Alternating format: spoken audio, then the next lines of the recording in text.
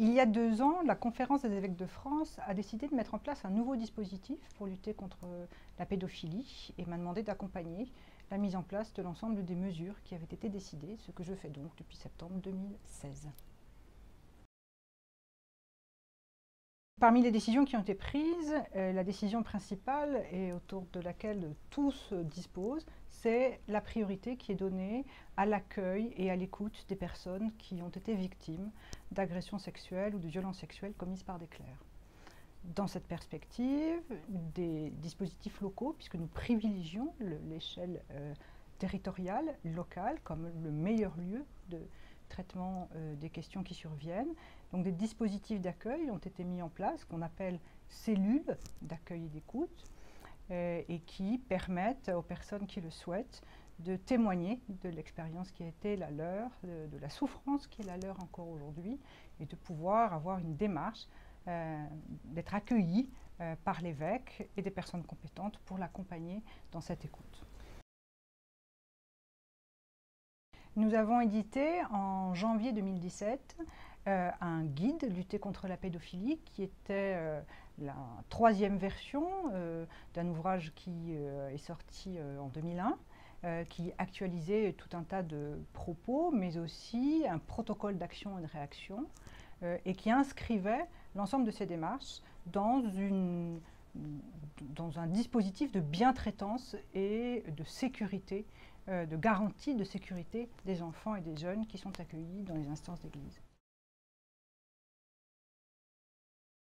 L'une des activités principales, l'une de mes activités principales, ça consiste à accompagner des projets de formation, de sensibilisation ou de formation initiale ou formation continue, dans les diocèses, dans les communautés, auprès des séminaristes, auprès des acteurs de terrain, auprès des animateurs d'enfants et de jeunes, afin de les former mieux, de les informer, mais aussi de mieux les former aux différents signaux d'alerte, à la juste attitude à adopter et lorsque des cas surviennent, mais à la juste attitude à adopter en général dans une relation saine entre des adultes et des enfants. Une cellule permanente de lutte contre la pédophilie s'est constituée dans la même période, il y a 2 ans aujourd'hui. Elle est aujourd'hui donc présidée par Monseigneur Crépy, qui est évêque du Puy, constituée de 6 personnes, pour une part des évêques en responsabilité, en fonction, un évêque émérite, et puis des laïcs qui sont là au regard de leurs compétences professionnelles, et thérapeutes et avocats, et qui aident à réfléchir à l'ensemble des mesures qui peuvent aider les évêques dans une meilleure et toujours plus fine appréciation de ce drame qu'est l'agression sexuelle commise sur enfants. Il y a eu la mise en place, dès le lendemain des décisions, d'une modalité de réception nationale, une boîte mail, mais la boîte postale fonctionne aussi éventuellement,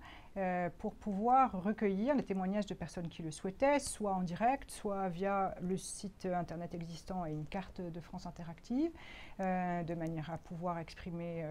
ce que les personnes souhaitaient en termes de témoignages, soit des personnes victimes, soit des témoins, soit des personnes inquiètes. Et notre fonction consiste à nous assurer du suivi de ces témoignages, qu'ils soient reçus dans les lieux qui sont concernés par les faits qui sont dénoncés, que des mesures soient prises, notamment tout le protocole qui a été mis en place par les évêques et l'application des normes qui sont en vigueur sur le territoire de l'Église de France. Donc la priorité qui est faite à l'accueil de la victime, la saisine de la justice, justice du pays, justice canonique, et l'ensemble des mesures immédiates ou à long terme qui doivent être prises sur l'auteur avéré et sur l'auteur présumé.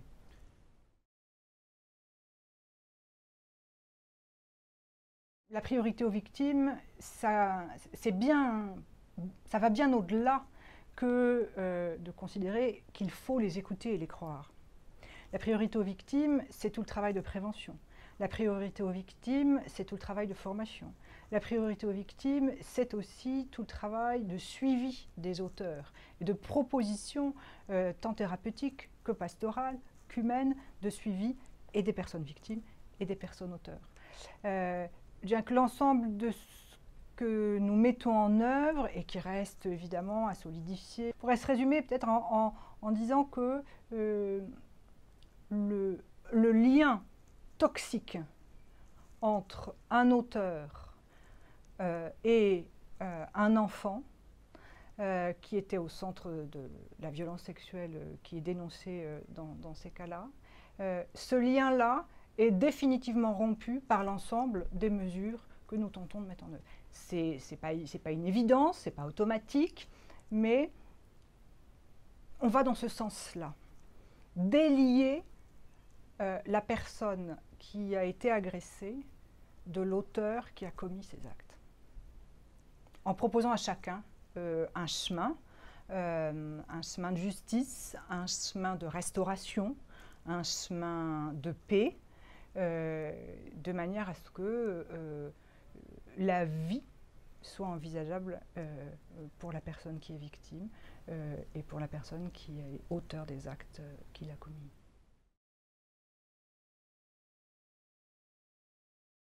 Alors nous allons mettre à disposition du plus grand nombre des petites capsules, des petites vidéos très courtes qui seront réalisées par des experts du sujet dont il sera question. On peut dire très rapidement une question, une réponse. On va balayer très largement le champ de l'ensemble des disciplines qui sont concernées par la lutte contre les abus sexuels commis sur enfants. Un exemple parmi d'autres, la question se pose souvent de ce qu'est et de comment se déroule un procès canonique, puisque nous sommes soumis aussi à la justice canonique. Et que ce n'est pas un domaine qui est très familier de l'ensemble de nos contemporains. Nous allons donc interroger un théologien afin qu'il nous explique en quelques minutes ce que c'est qu'un procès canonique et comment ça se déroule. Autre question qui peut revenir aussi et qui peut contribuer à lutter contre ce phénomène terrible, c'est qu'est-ce que c'est qu'une cellule d'écoute dans un diocèse ou dans une communauté, à quoi elle sert, comment elle est constituée et quelle est sa fonction et sa relation avec l'évêque ou le supérieur. Donc nous aurons là encore un autre interlocuteur qui viendra nous parler de son expérience au sein d'une cellule. Dans le registre médical, un élément qu'on trouve souvent et qui fait aujourd'hui